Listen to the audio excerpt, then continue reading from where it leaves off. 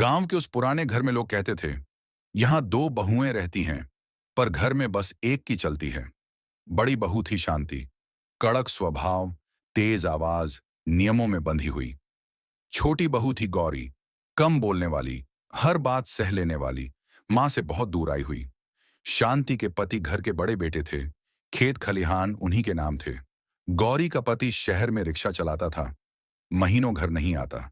शादी के पहले दिन से ही शांति ने गौरी को समझा दिया था, यह घर खेल नहीं है, यहां रोने की जगह नहीं है। गौरी ने सिर झुका लिया। वह जानती थी, मायका गरीब है, लौटने का रास्ता नहीं। सुबह 4 बजे गौरी उठती। चूल्हा, गोबर, पानी, बर्तन, खाना, खेत का खाना, सब वही। शांति सिर्फ आदेश देती, दाल पतली है, रोटी जली है, तेरी माँ ने तुझे कुछ सिखाया भी है। हर शब्द गौरी के दिल में कील की तरह चुभता। एक दिन गौरी को तेज दर्द उठा। उसने कांपती आवाज में कहा, जेठानी, पेट बहुत दुख रहा है। शांति ने बिना देखे कहा, काम से जी चुराने के बहाने मत बना। गौरी फिर चुप हो गई।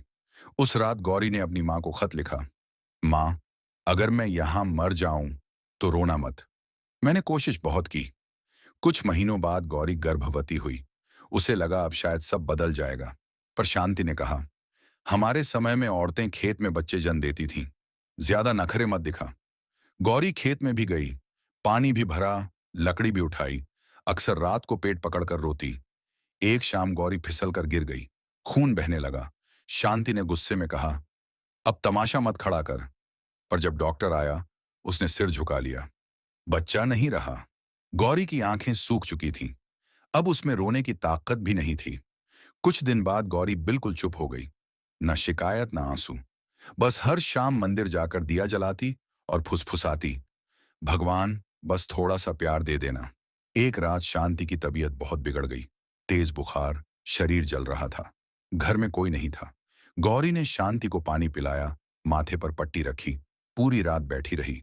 सुबह शांति ने कमजोर आवाज में कहा, तू सोई नहीं?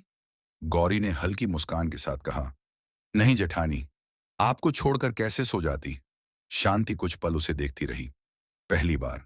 कुछ दिन बाद शांति ठीक हो गई, पर गौरी की तबीयत बिगड़ने लगी।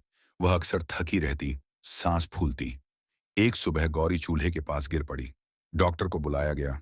उसने कागज देखकर कहा, इसे बहुत समय से अंदरूनी बीमारी है, अब ज्यादा समय नहीं है। शांति का दिल जोर से धड़का। क्या? गौरी ने शांति की ओर देखा और बोली, जेठानी, डरिए मत, मुझे दर्द की आदत हो गई है। पहली बार शांति रो पड़ी। रात को गौरी ने शांति का हाथ पकड़ा। अगर मैं चली जाऊं तो मेरे पति से कहना मैंने उसे माफ कर दिया, और अगर हो सके एक बार मुझे बेटी की तरह याद कर लेना। शांति कुछ नहीं बोल पाई। अगली सुबह गौरी चली गई। घर में सन्नाटा छा गया। गांव भर के लोग आए। सब बोले, बेचारी बहुत सहनशील थी। शांति जैसे पत्थर बन गई। कुछ दिन बाद शांति को गौरी की पोटली मिली। अंदर एक पुरानी साड़ी, टूटी चूड़ी और एक कागज। उस पर लिखा था, जेठानी बुरी नहीं है, बस उन्हें कभी किसी ने प्यार नहीं दिया। अगर कभी उन्हें मेरी याद आए तो कहना, गौरी ने उन्हें मां माना था। कागज पढ़ते ही शांति जमीन पर बैठ गई। उसने जोर से रोते हुए कहा, मैंने तुझे बहू भी नहीं बनने दिया और तू मुझे मां मानकर चली गई। आज उस घर में गौरी की रसोई बंद है। शांति रोज सुबह उसे साफ करती है। हर त्योहार पर गौरी की साड़ी निकाल कर रखती है और हर रात फोटो के सामने बैठकर कहती है, अगर एक दिन पहले मैं तुझे गले लगा लेती तो शायद आज ये घर इतना सूना ना होता।